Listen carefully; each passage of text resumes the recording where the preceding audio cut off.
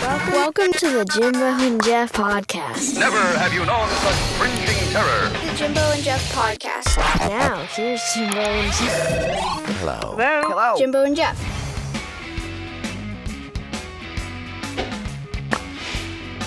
Hey, here's Scott. Oh, good. We're gonna have some fun. All right. Here we go. Stand by. There he is. Here I am. There Here's he the is. headshot. Hey guys, Hey! Ding, ding, ding, ding. I'm here. Wow. Jimbo, look at this. We were hoping Mr. Hollywood would have video discrepancies so we can make fun of you. Yeah. Look, he's in the 5-star. Look at the background. It's all professionally lit. You know, I've got my Empire Strikes Back mug. I came prepared. You did. He knows I'm it. not messing around. What are we doing, Jeff? Come on. We're having Scott Rice on. That's what we're doing. Look at that pad. Wow. He took the setup from Dr. Fauci. He got books in the background and everything. But is my audio okay? Audio yeah. is actually great. Sounds Yeah. pretty good. Yeah. Good. Yeah. Look good. at that. Look at the trophies. Look, can we tried. hang out with you? What? What he's going to do is he's going to take that Emmy behind him and beat us if we ask him the wrong questions. Short one. Shortest one ever. Well, we're rolling. So we're rolling. So hey, let's start this thing. Yeah, heck. Scott I'm Rice. in. Scott, welcome. I'll start us off. First of all, we appreciate it, and I think you've listened to a couple. There's really no set agenda. We like to get to know you and what's going on with you, and any things you'd like to talk about. I'll start off. We'll talk a little bit about what you're doing or your background rather, and then we'll just go with it and have some fun. And anytime you want to hire us or anything, you just stop the show, and we'll work for you anytime. Perfect. All right. I like it.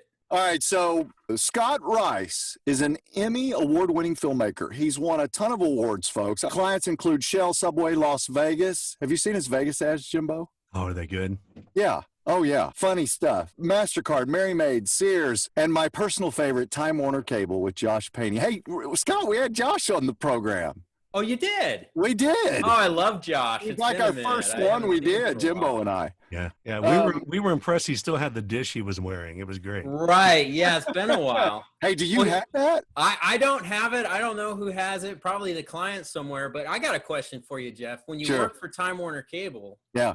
do you keep that brand on your resume now that it no longer exists? Oh, Or do you replace it with Spectrum? Or do you just make it go away 100%? On my, I guess I could edit this out if I say the wrong thing, but on my online bill pay, I still have or it's Spectrum now. Right. But on my online bill pay, it's Time Warner Cable. So I'm paying a ton of money to somebody that doesn't exist. Exactly. Right. It's Right? weird. Right? It's weird. Right. They finally fixed the app. Yeah. The app And you is know now what? the Spectrum app finally. right. But when you take all these classes, especially in this Austin area, the acting classes or whatever, they always tell you, you want to put your most present work. So that was years ago, but I still love that. That was my first one. Scott was my first on-camera gig, and it was amazing. First of all, Josh is a professional. Yeah, he's awesome. And Claudia Valero was the lady that was in the commercial. I don't know if you Yeah. remember that. I remember. Yep.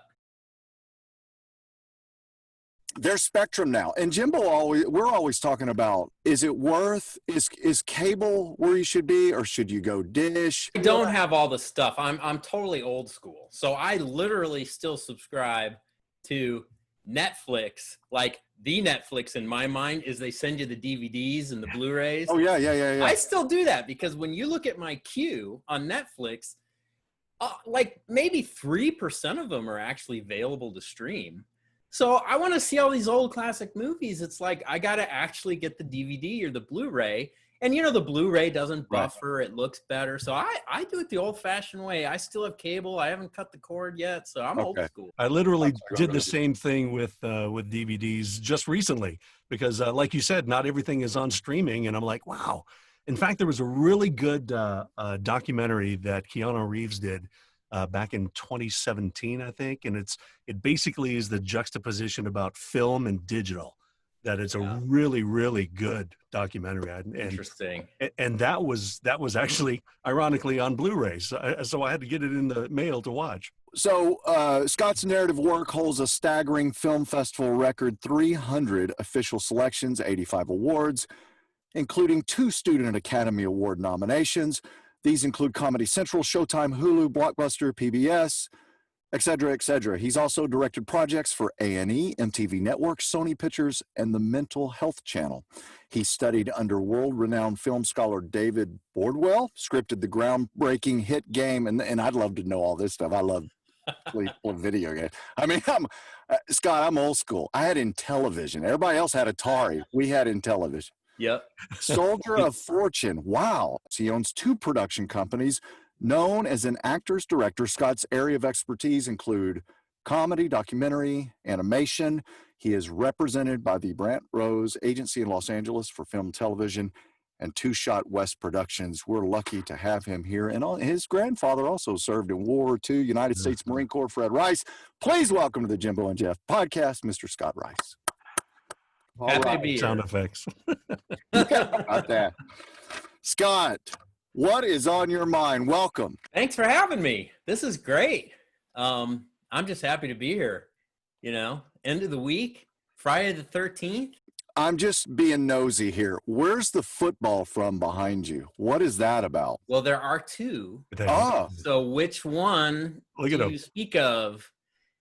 you know what? Are they similar? What's Well, one, okay, so one is this is Brett Favre's signature. Wow. So I worked with Brett Favre, and I was not going to ask him for a signature, but all the other guys for the agency, they were all like, they had no shame. They were like, we're getting a signature. So Yeah. the night before the shoot, I went Right. to a Dick's Sporting Goods and I bought this ball, and he signed a bunch of balls. And I'm from Wisconsin, so I'm a natural Packer fan.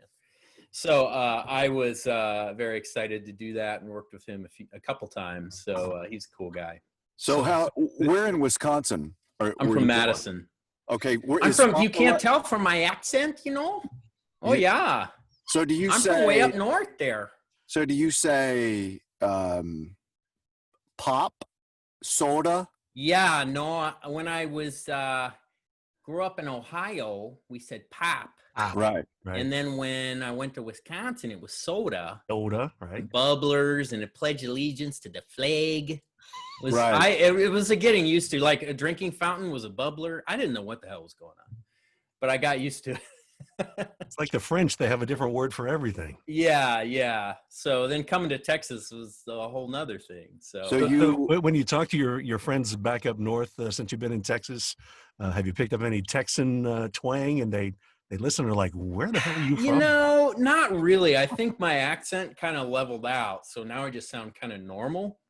But when I do, it is just recently. I've been here literally 21 years. And I just started to accidentally say y'all instead of you guys. Right. So Yeah. it's slow, but I'm getting there. Yeah. So y'all, and have you said fixin' yet? I'm fixing to go do this. I really like fixing to do such and such. I actually really like that, but I can't, my brain just can't do it accidentally. I have to do it intentionally. It's not a part of my natural vernacular yet. Yeah. And do you say wash or wash clothes? We're going to wash clothes. Well, my grandmother said wash. Yeah. Yeah, but I do not. Yeah, I do. I definitely wash. Okay, let's get back to the other football. I'm just dying to know. Is The it other is it just football for balance or is, Green Bay or- Packer fan, cheese. So I'm glad you brought up my grandfather, the Marine, Fred Yeah, I Rice. saw that post. So both my grandfathers were football coaches. So here's a nerdy little guy, takes after my mom, like my 5'2" mom. Grew up in this football family with like a 6'2" dad. And both my grandfathers were football coaches, including Fred Rice. And when I was born, my grandfather, Fred Rice, the Marine who fought in Iwo Jima, gave me this football. And it says, "Welcome to the football world, Scott Frederick Rice," named after him, my middle name. And his high school team signed the whole ball. Oh. So this is kind of like a really, really cool thing that I've had in my bedroom ever since I was, I guess, 0 years old. Yeah. So there it is. So Scott, okay, let me just, I'm trying not to have a geek out moment. I'm not. But you have to understand, and I think you know this, if you are a Marine and you mention the words Iwo Jima or even Guadalcanal or Tarawa or Guam or Okinawa, the Solomon Islands, it goes on and on and on. Yeah. You are looked at essentially as a deity. Yes. And he was on Guam, Guadalcanal, and Iwo, and those are the ones I know for sure. Did he talk to you about all of this? He didn't talk about it much. He talked to I tried to interview him when I was in middle school to tell me about the war. He declined, and then I interviewed my grandmother about the home front. But then he agreed to do it when my brother asked him a couple years later. And my brother told me the stories. And I mean, it's all the things you can imagine. Hard stuff, seeing his friends die and really graphic, horrible things. I mean, they were amazing heroes. They really are the greatest generation. And he was such a sweet guy. It was his birthday 2 days ago. And he, or maybe it was 3 days ago now. And I was talking about him with my aunt, who, his daughter. And he was just such a sweet, kind, tough football coach, but just so good with kids and great with me as a kid and so loving. And he didn't really, he buried all those memories, and he really didn't let that affect his life and his relationships. Just an amazing person, and I miss him. He would have been 102. I just want to say that Jimbo echoes this sentiment. It seems like in my life when something, look, Scott, we've got it all. We're so blessed. Yes. And I think, like my grandmother, she was one of the original Rosie the Riveters. She made ammunition for the war effort. She made ships they built. I mean, on and on and on. And I just think every time something like their we're able to, their sacrifice, we're blessed because of their sacrifice. Yep, 100%. Well, thank you. God bless the Marines and old Fred Rice. And thanks for asking about this football. It's one of my cherished possessions. Yes, absolutely. Yeah, my dad was a Navy guy and lived in the Philippines. He was in Okinawa. Wow. But he was a Navy supply officer. So he got everything where it needed to be. He spent some time at the Pentagon. I was born in Quantico, so I have a Marine, I have a Marine, even though I wasn't in the military, it's in my blood because it literally is in my blood. Yeah. But you were just talking about honoring those veterans, and it was really sad because of the pandemic that the honor flight was actually postponed last year because of COVID. But hopefully I have some friends at the radio station that their grandfather was actually supposed to go on that flight, and hopefully coming up we can get a hold of this pandemic and they can bring them out to Washington DC, and that's a really, really amazing thing that a lot of volunteers do. In fact, KLBJ was just raising money for that today, which was kind of cool. Let's change gears here. So you're from Wisconsin. Where did you go to high school? Did you go to your prom? I did. So I went to Middleton High School, which is just kind of a suburb of Madison. And, we were the Cardinals, and I played football, even though I was a little guy. I was a halfback, and I scored all these touchdowns. But I was also kind of the artist, so I was like the geeky artist who was and also an academic. So I didn't fit in anywhere, So kind of the athlete, artist, academic. I didn't have a lot of friends.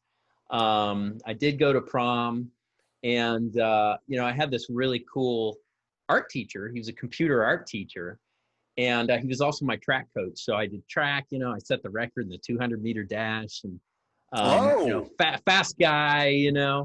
And I also did pole vault, even though my back was all messed up. But the guy who taught me how to pole vault, he was also my art teacher.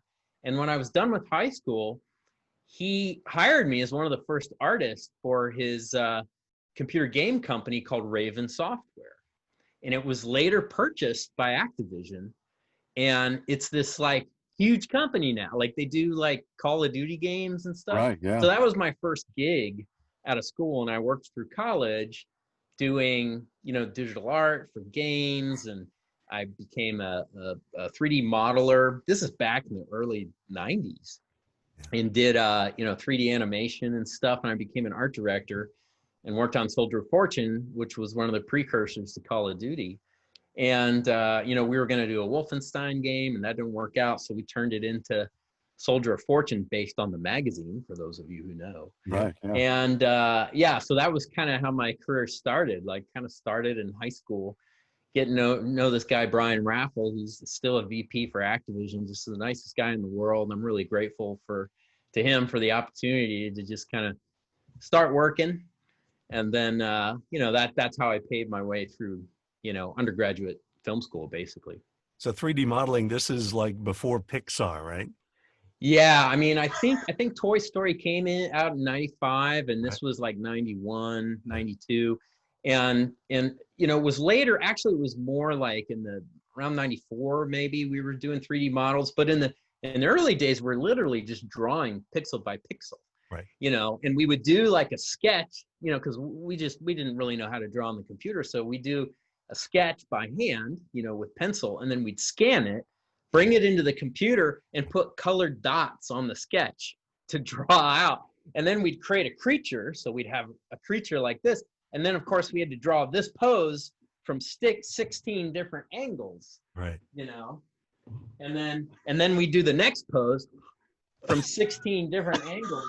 And so we got smart about it. Instead of drawing it, we would create models in plasticine. Oh, wow. And we would photograph them, and then bring in the photographs and then paint color in the photographs. So we could take a pose and take 16 photos. We didn't have to draw it every single frame. So it was very tedious work. So when this program came along called 3D Studio Max, we were like, oh my gosh, this is a dream. We can actually model the creature in the digital world and then pose them in the digital world and, animate them, one frame at a time and make them run around the game.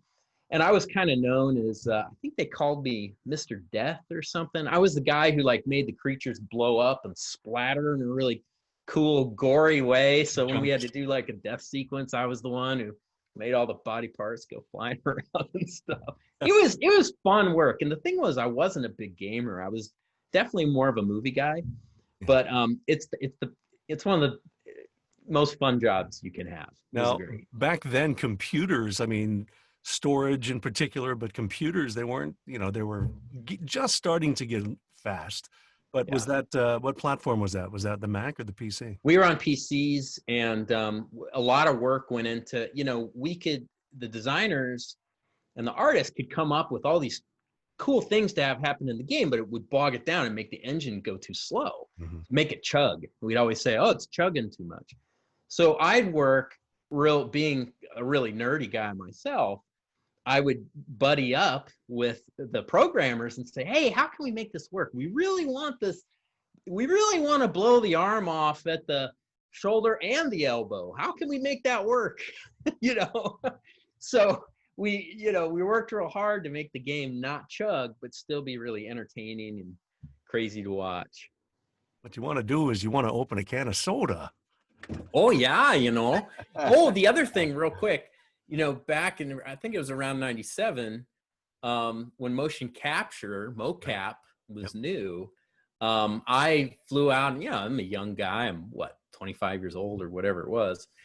And going out and directing these Universal Studios stuntmen with all the motion capture balls in a mocap studio. This was new technology. It was around the time Titanic came out, and they had used some motion capture on that.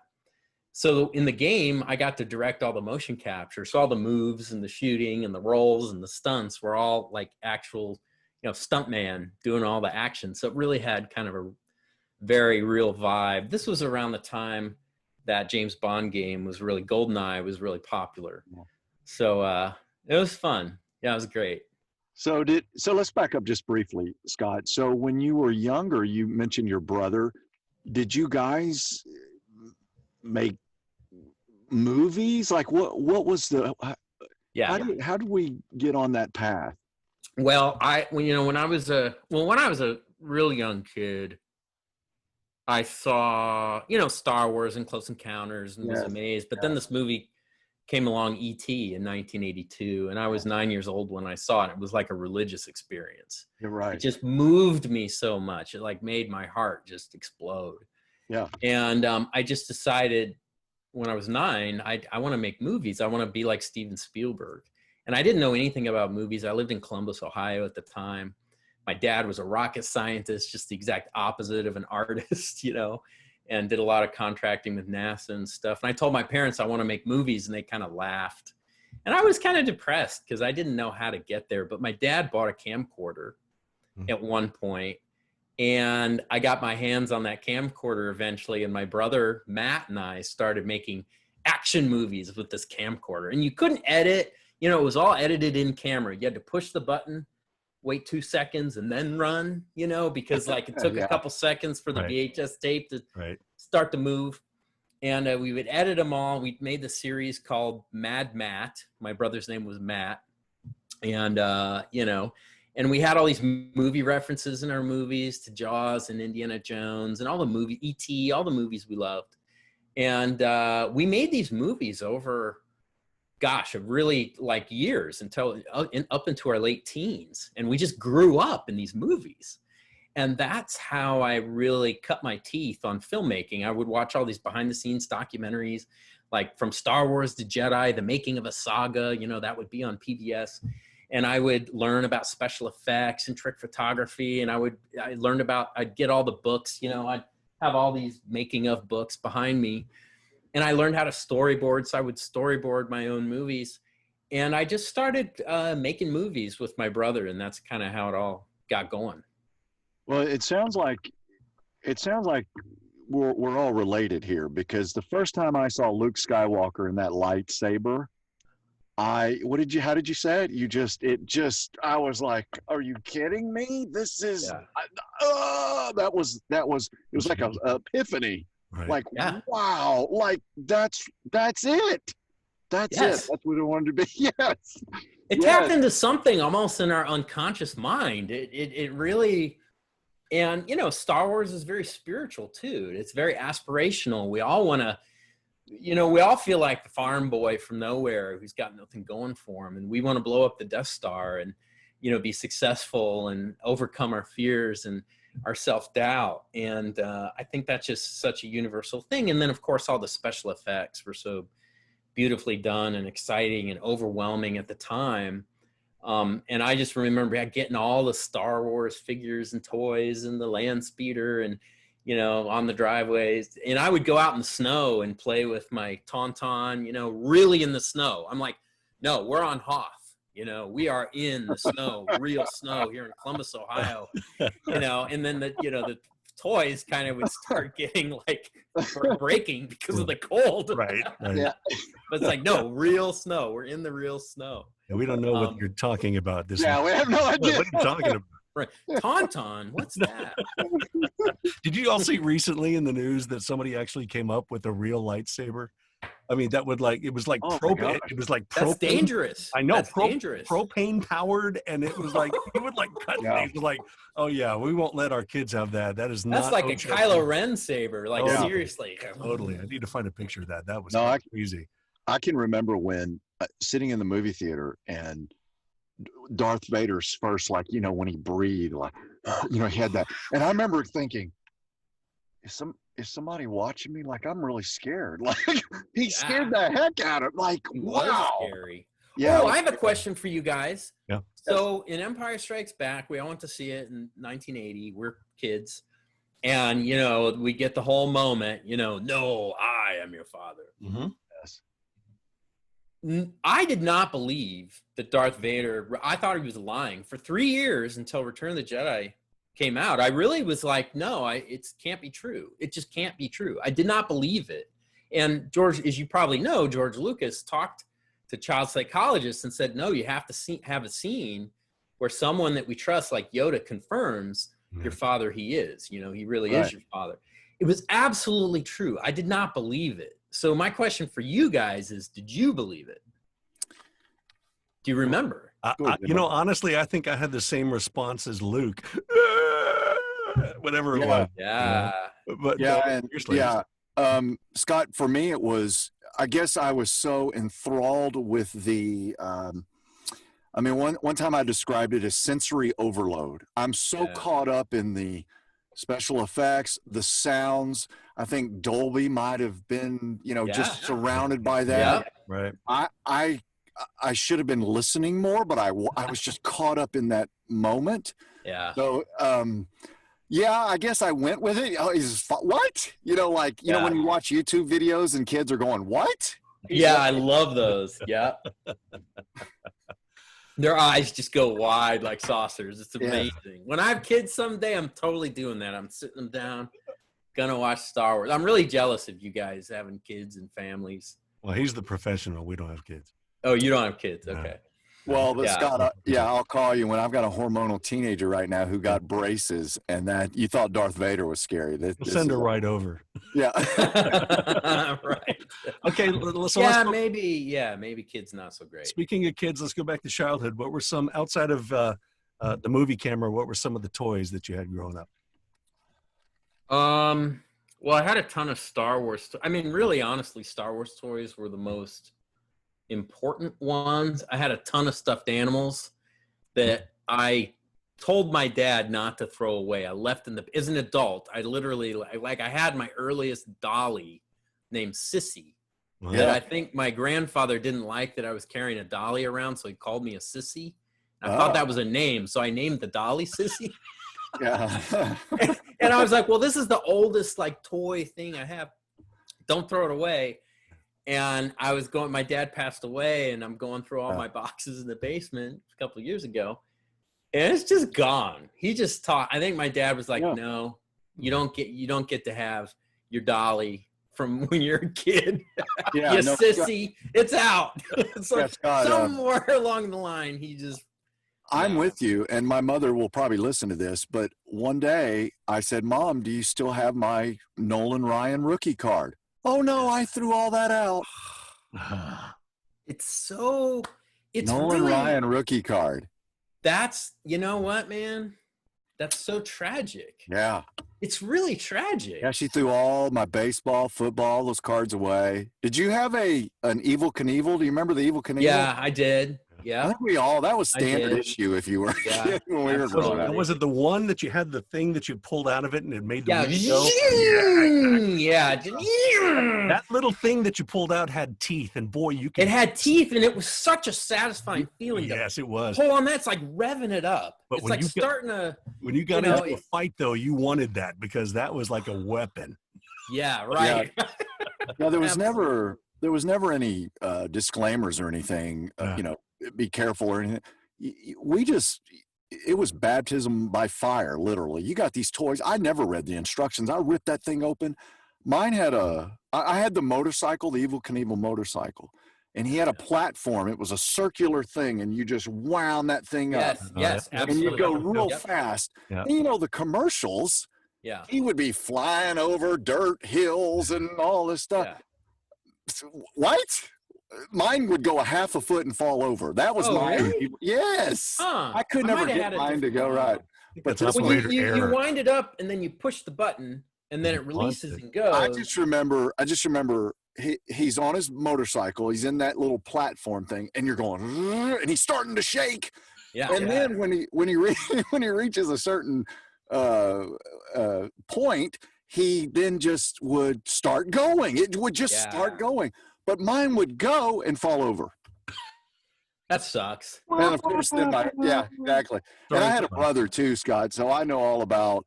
I remember one time we were playing Operation. He needed one more piece to get out, and it buzzed, and it scared him, and he just put his fist right through the game. So we all.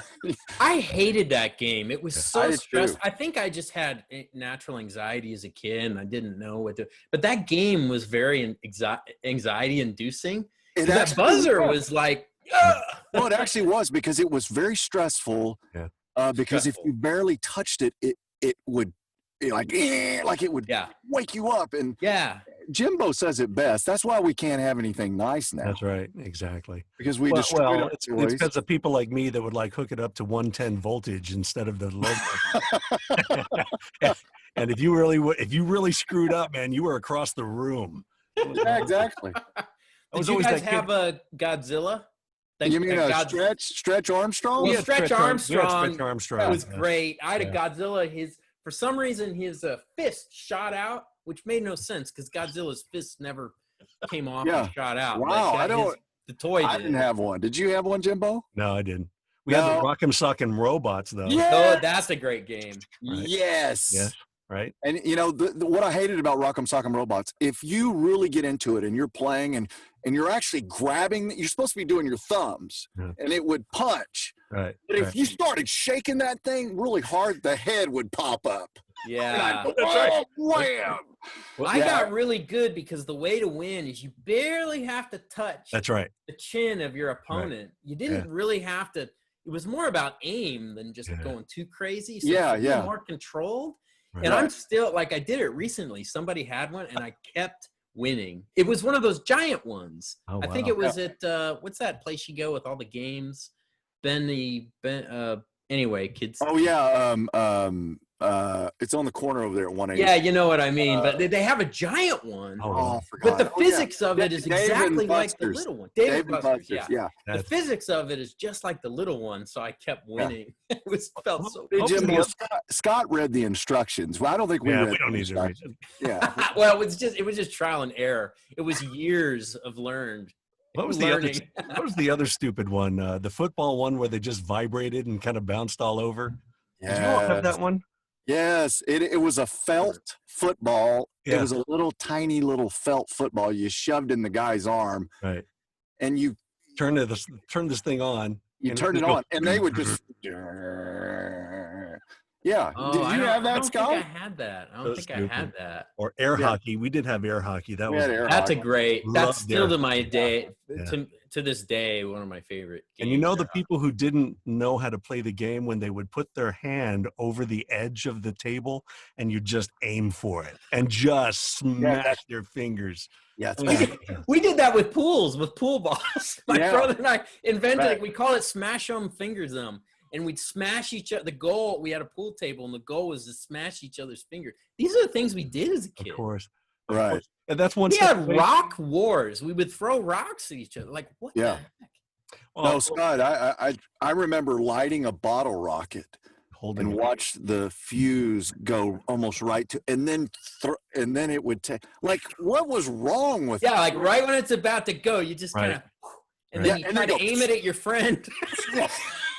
Yeah, we did that. Yeah. Oh, that was so cool. And they dive out of the way. Yeah. Just laugh. Exactly. Yes. Times have Exactly. changed. And then Roman candles. You'd hold a Yeah. Roman candle. Oh, there's my buddy here. Boom, boom, boom, boom. Oh man, yeah. When I was young, it was so it's like 6th, 7th, 8th grade. That's when I lived over in Naples, Italy, and they would have something called a striker, and it didn't have a fuse on it. You actually had like a tip that you struck on a matchbook, and then you threw it. And you could throw it in water, wrap it around, or wrap a rock around it or something, or tie it to a rock, strike it, throw it, and it would blow up underwater. It was powerful. that's It was like cool. a quarter stick of dynamite. It was, and you could tell the stores that sold them and didn't sell them, and you'd have to go in with the secret handshake. Oh yeah. And would fish Yeah. come floating up to the Yes, surface actually they after? would. Pretty sad. Yes, it was like M80s or something. Yeah. It's You put it in very a similar to mailbox, that, right? and it would literally just detonate a mailbox. It would just yeah. explode. I was actually afraid of those quarter sticks, and I had a friend, next door neighbor, who would blow them off, but I would feel the shockwave, and even me, is kind of risky behavior I did. Even I would be like, "Whoa, okay, I'm not doing that. Wasn't brave enough." All right, you said risky behavior. Well, like what? Give us an example. You can't. Well, my brother and I. that.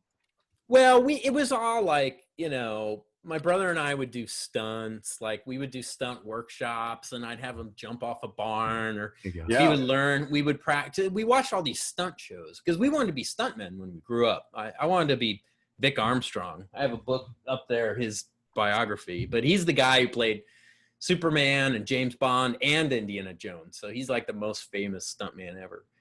And so, yeah, we would ride our bikes as fast as we could and then just jump off. You know, we would go as fast as we could on our Huffies and jump off. And we learned how to roll. We would practice how to roll and not hurt ourselves and stuff. And the bikes, of course, would just wipe out. And, we'd drag each other behind snowmobiles. Like I literally would tie my brother's feet up on a rope and then tie the other end to a snowmobile and go really fast, and he's just dragging. And of course the camera's rolling, we have evidence of all this stuff. And my parents would see it later and be like, when did you do that? And then of course my brother would always get hurt, and my parents would have to take him to the hospital and get stitched up. And it got to the point where the people at the hospital were starting to wonder if he was abused or something. And when he'd get his buzz cut, he'd have all these, like, you could see the scars, like all these bald marks all over his head. That's why we called him Mad Matt. He's just scarred up. Oh, wow. But yeah, it was more that kind of stuff. Like as a teenager, I was very much like I was a square, I didn't drink, I didn't cuss, I was a good boy, and but when it came to like the action stuff, we kind of pushed the boundaries. Yeah, like my cousin used to actually have, he grew up in Orange County, California, and he used to have BB gun wars. So they would shoot each other with BB guns, and the BBs would sometimes break the skin and go into the fat of there, and they'd have to they'd get a BB in the hand and they'd have to literally try to work it out, wound. And like, I never went that far. No. Like I was always like, okay, I had a limit.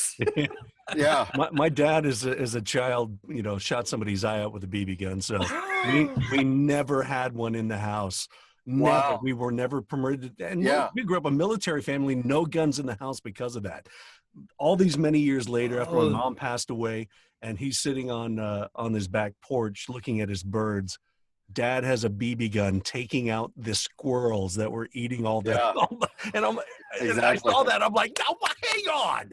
We were not allowed to have it. And here you are, Mr. Marksman, in the back taking out, rodents. But didn't he feel guilty that he shot a kid's eye out? Yeah, I guess so, because that's why we couldn't have a BB gun. Right. Pellet guns and BB guns. Pellet guns were even worse, man. Pellet guns, pump them up. Pump. Yeah, you would get the pellet gun, and again, this is one of those cases where you don't read the instructions. I'm on my 100th pump. Okay? And then you fire it, and in your mind you thought, oh, it's just twice as powerful. And then the instructions would say, do not pump over 4 times. A pellet gun should never have recoil, Jeff. Come on. Yeah, right. But you remember, Jimbo, we just keep dislocating the shoulder. That thing up. Yes.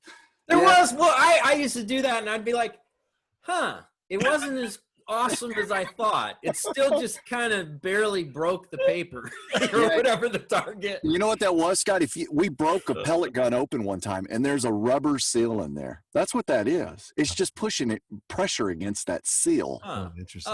So it doesn't really do much more. No. It only goes so far. Yeah. Well, it feels like it. It's kind of it's powerful. It feels like the ying on the you can evil thing. It's got You're 12 years old. Power. Get the vice grip. Pumping that.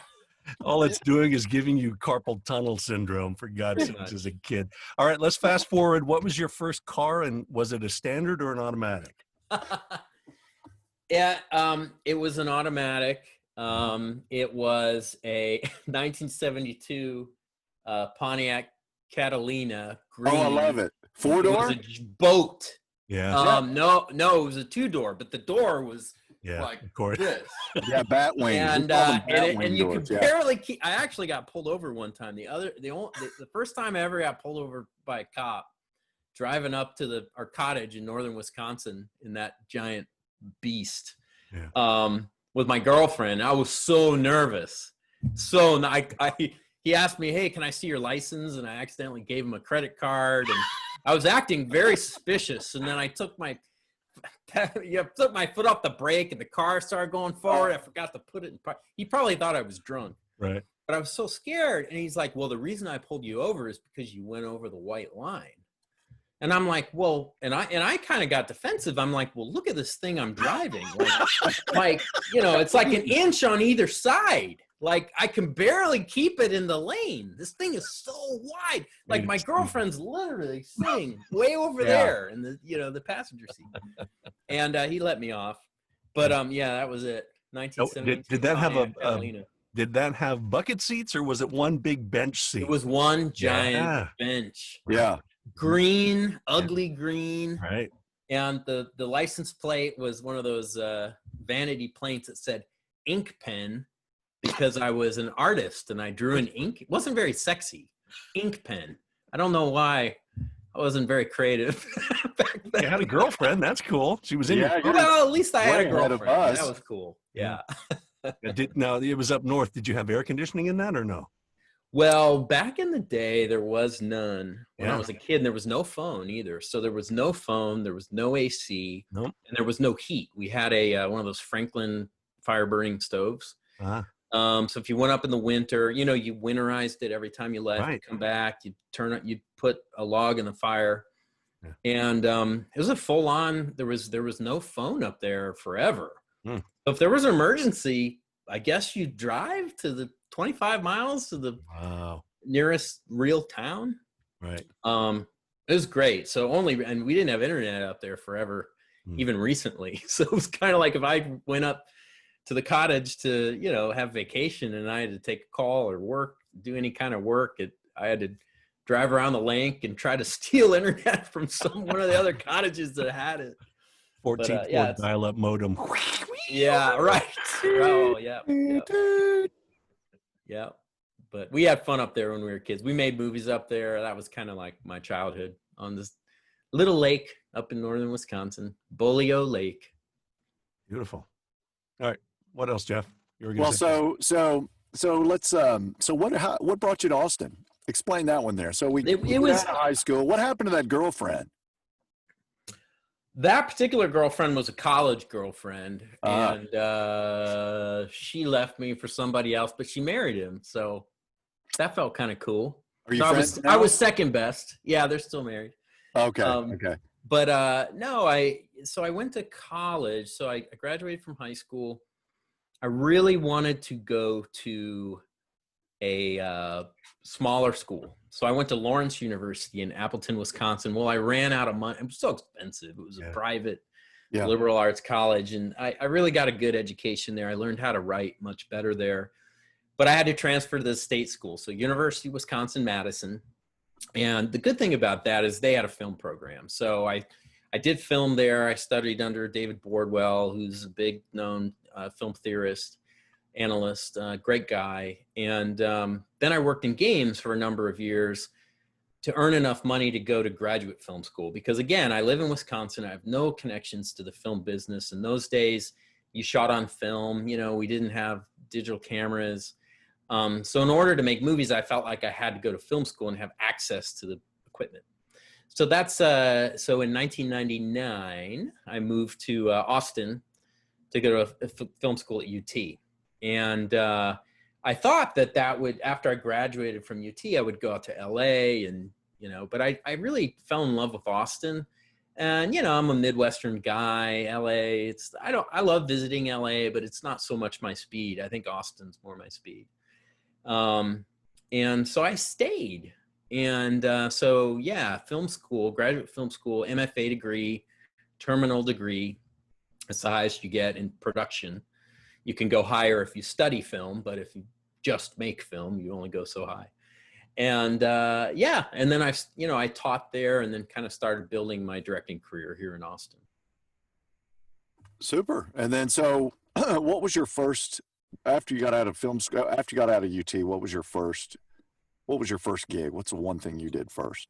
Well, the first time I ever got paid was actually in film school. So my student films are really successful. I decided I'm going to embrace my strengths and, make really visual films. So not a ton of dialogue. I feel like I wasn't great at dialogue, but I was a good visualist. I had a visual arts background.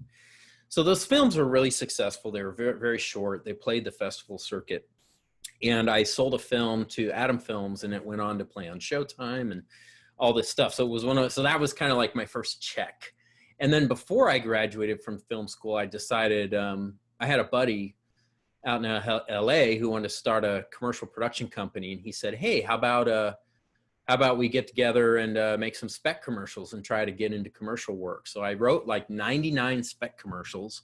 We picked 5 of them and we shot them out in LA, had a little bit of a budget. And those spec commercials led to my first commercial gig, which I think was for Shell. And we shot that out in LA. I think that was 2005. So I was really preparing for, while I was still in film school, I was writing a bunch of features so I could get represented. I was trying to get my films out there so people knew about me, and I was making spec commercials. So I was kind of very engaged with, hey, how am I going to monetize this and actually have a career before I graduate?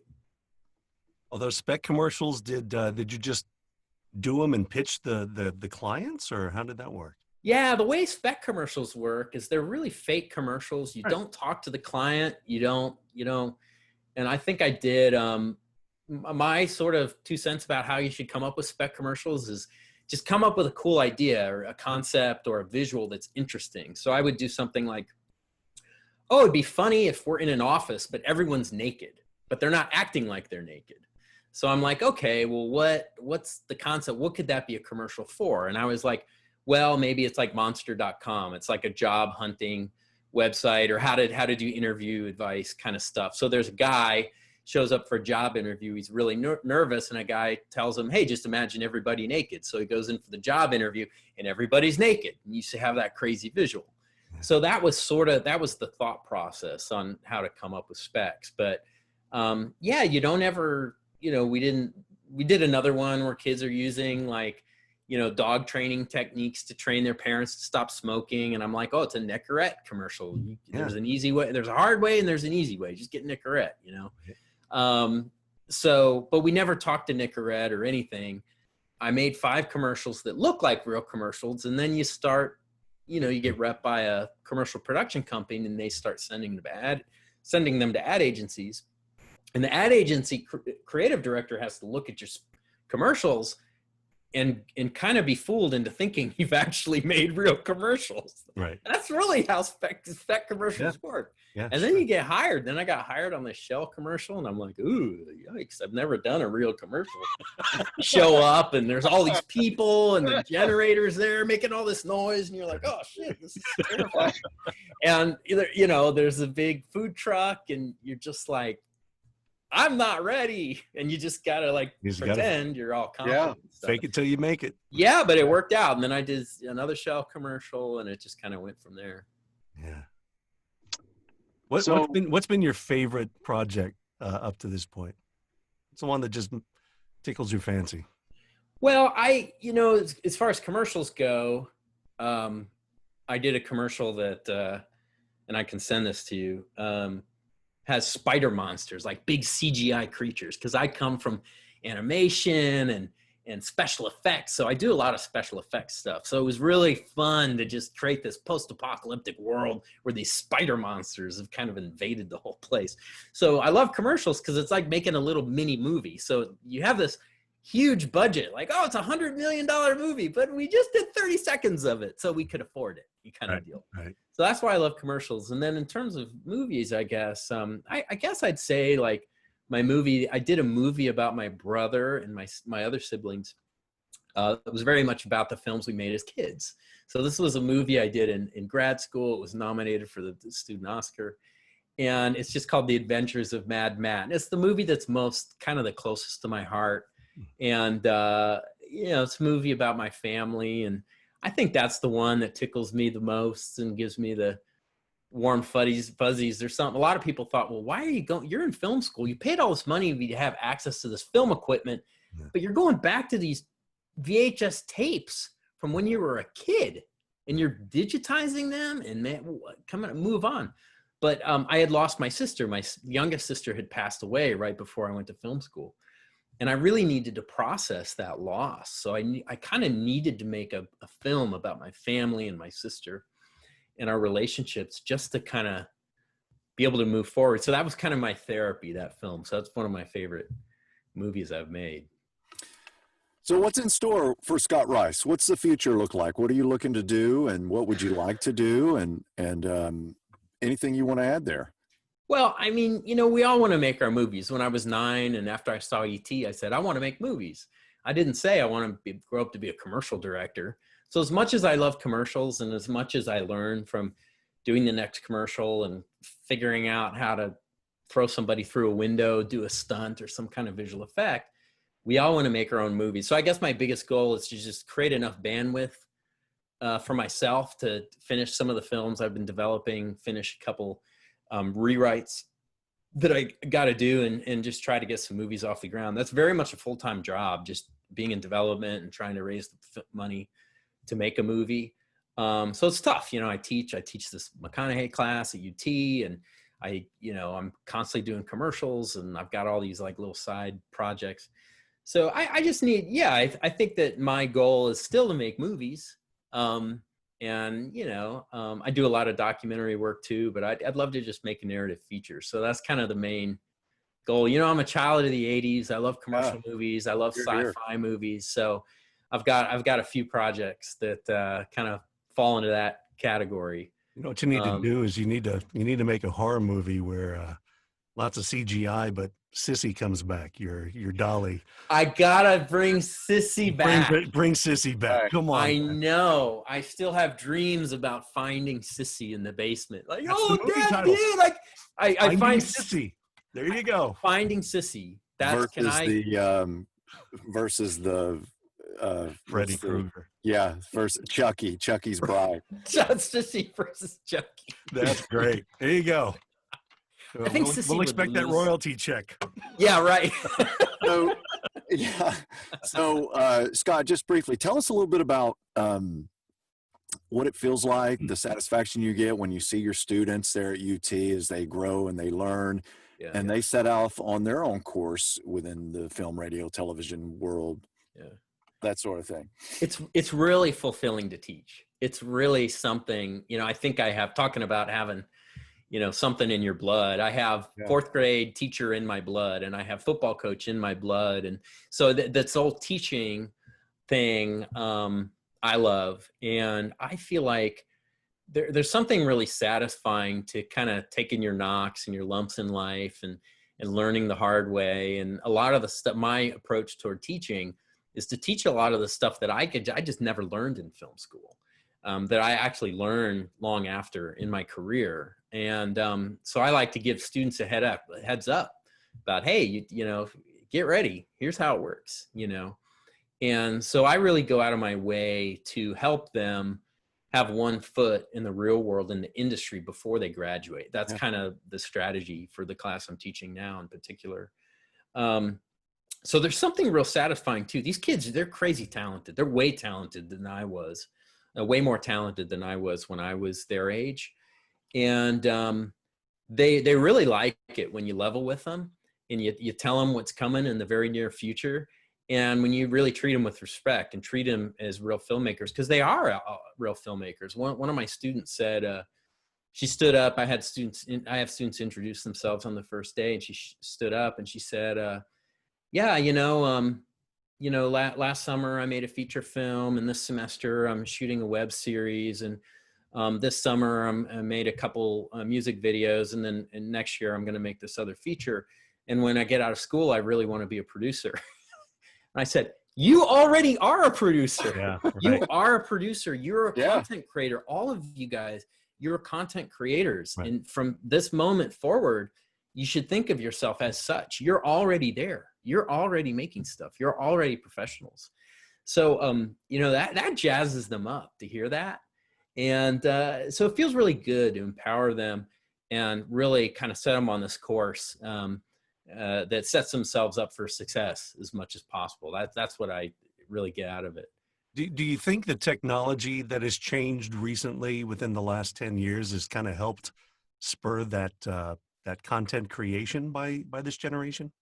Yeah, I think it's so much easier to create content, more quickly. I mean, I always joke with my editor now. It's like, used to take 5 minutes to make a cut. You had to splice it, and you had to get the tape and reach over to the bin and pull the other shot out and put it in. I mean, it just, we can go so fast, and we can kind of like make our mistakes and get it out of our system early on. Make your first film. Okay, it's bad. Great. Make your second one. It's a little better. Okay, great. Make your third one. It's even better. It's really just about practice. It's like learning the violin, whether it's writing, directing, editing, combination of all those. You just got to do it over and over again and figure out what works and what doesn't, and find your voice as an artist too. You kind of have to look inward and say, well, what do I really want to say? Like, what do I want to leave behind in this world? And do I want to make the world a little bit of a better place through my art, through the content that I create? So that's also part of the process. But yeah, the technology helps. Well, I don't mean to deviate, but Scott, Jim and I talk all the time about Austin. We love Austin. You mentioned earlier you love being here. Yeah. What do you love about Austin? What do you not like about Austin? Let's hear your thoughts on this. I love almost everything about Austin. I mean, people are friendly. I love the weather. I come from a cold environment. So winters here are just like, blessing. I just like the culture. It's very down to earth. People are very supportive. People are nurturing and kind. I don't love the traffic, but it's way better than LA. I mean, and I have a kind of a career where I can kind of choose my schedule. So I don't have to drive during rush hour, and I just avoid it. So, a lot of people don't like this. So many people are coming here and it's growing, but I don't mind that too much. I feel like as long as culturally we can keep Austin, and not become a horn honking town, and not become kind of that dog eat dog kind of environment that other cities are. As we grow into a bigger metropolis, if we can kind of keep more of that small town vibe, and we're all there for each other and we're supporting each other, I think it'll be okay. And I think it can be done. So I don't have many complaints about Austin. I really think it's one of the best places on earth, and I don't have any plans of leaving. I mean, I'll be buried here, I'm sure. I love it. Yeah. How is it working with Matthew McConaughey? Working with Matthew is wonderful. He really is just the nicest guy. His heart's in the right place. He's an amazing teacher. He's great with the students. He very much, the class is very much his. It was his idea. He did a whole brainstorm of it. The first time I talked to him, and we talked for over an hour, and he had it all figured out. And he's just very generous with his time. He'll get on with the students, and we'll go overtime. And he's just he's the real deal. I think when you read his book, just out Green Lights, it's really a very accurate reflection of who he is, like on a kind of cellular soul level. That really is him. So it's been for me like a real pleasure and a privilege to be able to work with him. We've done the class about 5 years, going on 6 years now. And he's just, he's awesome. And, he gives you hope. And I think he gives the students hope because he's such a big deal. Like, he is a big deal. He is an international movie star. Right. And I think students get intimidated by meeting him and seeing him in person and talking to him. But after a couple minutes, they just learn he's just a guy. Like, he is a relaxed, cool, down to earth, not pretentious, just a very real kind of vulnerable person. And I think that's empowering to students, that somebody who's way up there can kind of come down, come into class, look you in the eye, and listen to what you have to say. I mean, he has a lot of questions for the students, actually. He asks students a lot of questions. He kind of figures out what makes them tick. Like, hey, what makes you want to go to the movie theater to see a movie? What makes you want to prefer to just stream it? He's curious about this stuff. So I think the students feel empowered just by that fact that he's interested in what they have to say.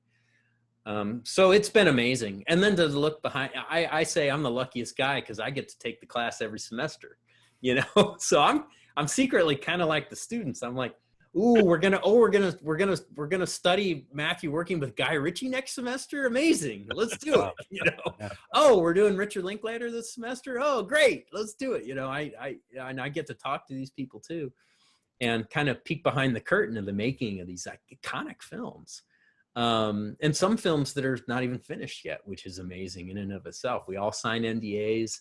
We look at early drafts of the scripts.